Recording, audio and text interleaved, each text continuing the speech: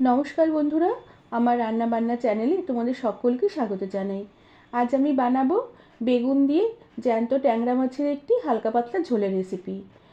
শীতের দুপুরে এরকম এক ট্যাংরা মাছের ঝোলের রেসিপি দিয়ে গরম গরম ভাত খেতে অপূর্ব লাগবে।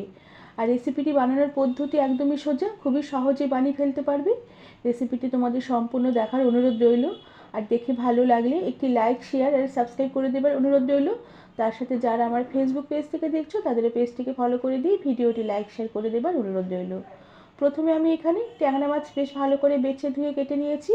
ট্যাংরা মাছগুলোকে কেটে ধুয়ে নেবার পরে অল্প পরিমাণে নুন আর হলুদ গুঁড়ো আর সামান্য একটু কাঁচা সরষের তেল মাখিয়ে ট্যাংরা মাছগুলোকে কিছুক্ষণ রেখে দিয়েছিলাম। এতে ট্যাংরা মাছগুলো যখন ভাজবো তখন একটু কম ফাটবে, কেননা ট্যাংরা মাছ ভাজতে গেলে একটু ফেটে আসে। আর তার সাথে মাছে বেগুন দেবো। এর জন্য বেগুন লম্বা লম্বা করে সরু সরু করে কেটে নিয়েছি। আর বেগুন জলে ভিজিয়ে রেখেছি যাতে বেগুনগুলো কালো না হয়ে যায়। আর তার সাথে খানিকটা ডালের বড়ি নিয়েছি। এই ডালের বড়িগুলো ফোড়ন দেব, এতে ট্যাংরা মাছের রেসিপি খেতে দুর্দান্ত স্বাদের হবে। আর এদিকে মশলার জন্য আমি বানিয়ে নেব খানিকটা তাজা ধনেপাতা নিয়েছি, সাথে অল্প একটু আদা নিয়েছি, আর তার সাথে 1 কোয়া রসুন নিয়েছি। ঝালের জন্য কয়েকটা কাঁচা লঙ্কা নিয়েছি। ঝালটা তোমরা তোমাদের নিজেদের রুচি অনুযায়ী দেবে। সাথে অল্প একটু ধনের গুঁড়ো দিলাম, আর তার সাথে অল্প করে একটু লঙ্কার গুঁড়ো দিয়েছি। এবার অল্প করে জল দিয়ে সমস্ত মশলাগুলোকে বেশ ভালো করে একটু পেস্ট করে নেব। আর এরপরে আমি প্রথমে মাছ ভেজে নেব। এর জন্য কড়া বেশ ধোয়াটা গরম করে নিয়ে কড়াতে পরিমাণ মতন তেল দিয়েছি। তেলও বেশ ধোয়াটা গরম হয়ে উঠলে কড়ার গায়ে বেশ ভালো করে আগে তেল ছড়িয়ে দিতে হবে, এতে মাছগুলো যখন ভাজবো কড়ার গায়ে আটকে যাবে না। এরপরে নুন হলুদ মাখানো ট্যাংরা মাছগুলোকে কড়াতে দিয়ে দিলাম, তবে সবগুলো মাছ একেবারে দিয়ে ভাজবো না। প্রথমে আমি মাছের অর্ধেকটা পরিমাণ মাছ দিয়েছি। এবার এই মাছগুলোকে একটু উল্টে পাল্টে লাল লাল করে মাছগুলোকে ভেজে নেব। তবে যেহেতু এগুলো খুব তাজা মাছ, মাছগুলোকে খুব একটা বেশি ভাজলে খেতে অতটা ভালো লাগবে না। মাছগুলোকে তাই হালকা হালকা একটু উল্টে পাল্টে লাল লাল করে ভেজে নেব। আর ভাজা হয়ে গেলে সমস্ত মাছগুলোকেই কড়া থেকে আমি উঠিয়ে রেখে দিলাম। এরপরে পরের ক্ষেপের মাছগুলোকে কড়াতে দিয়ে দিলাম। আর এই মাছগুলোকে আমি খুব লাল করে ভাজবো না, একটু উল্টে পাল্টে নেব। আর একটু নাড়াচাড়া করে মাছগুলোকে একটু হালকা লাল করে ভেজে এই সমস্ত মাছগুলোকে আমি কড়া থেকে উঠিয়ে রেখে দিলাম। এরপরে এই মাছ ভাজার কড়ার তেলেতেই আমি বেগুনগুলোকে ভেজে নেব। এর জন্য কড়াতে বেগুনগুলোকে দিয়ে দিলাম। আর বেগুনগুলো দেওয়ার পরে সামান্য একটু নুন দিলাম আর সামান্য একটু হলুদ গুঁড়ো দিলাম। এবার সমস্ত বেগুনগুলোকে বেশ ভালো করে নেড়ে চেড়ে নেব। আর বেগুনগুলোকে একটু বেশ ভালো করে নেড়ে চেড়ে হালকা লাল করে ভেজে নেব। আর বেগুনগুলো নাড়তে নাড়তে বেগুনগুলো নরমও হয়ে আসবে আর বেশ সুন্দর লাল লাল করে ভাজা হয়ে আসবে। এমন অবস্থায় সমস্ত বেগুনগুলোকেও আমি তেল থেকে কড়া থেকে উঠিয়ে রেখে দিলাম।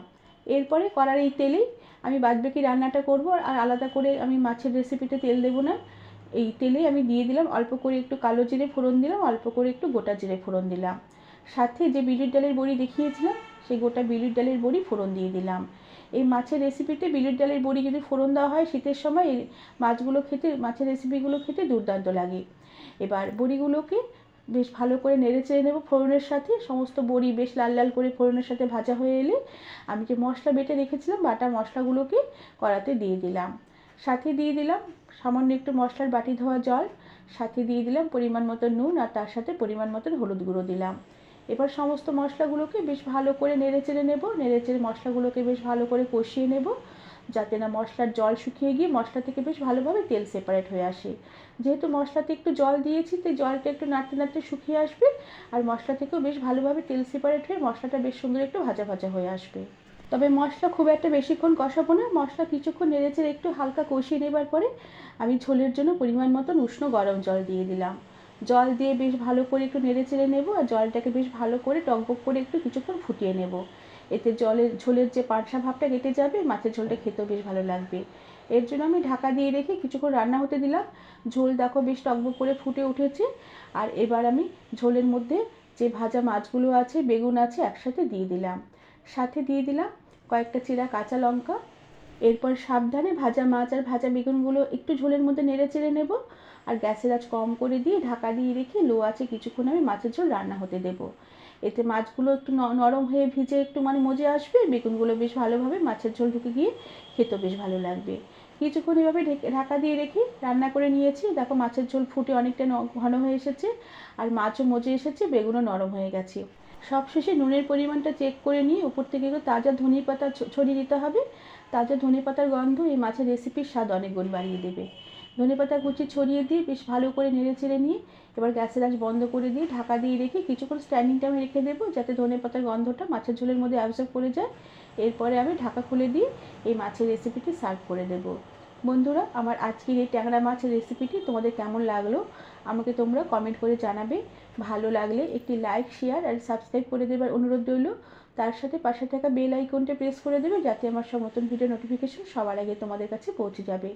আজ তাহলে আসি, পরে আবার একটি অন্য কোনো নতুন রেসিপির সাথে দেখা হবে। ধন্যবাদ বন্ধুরা।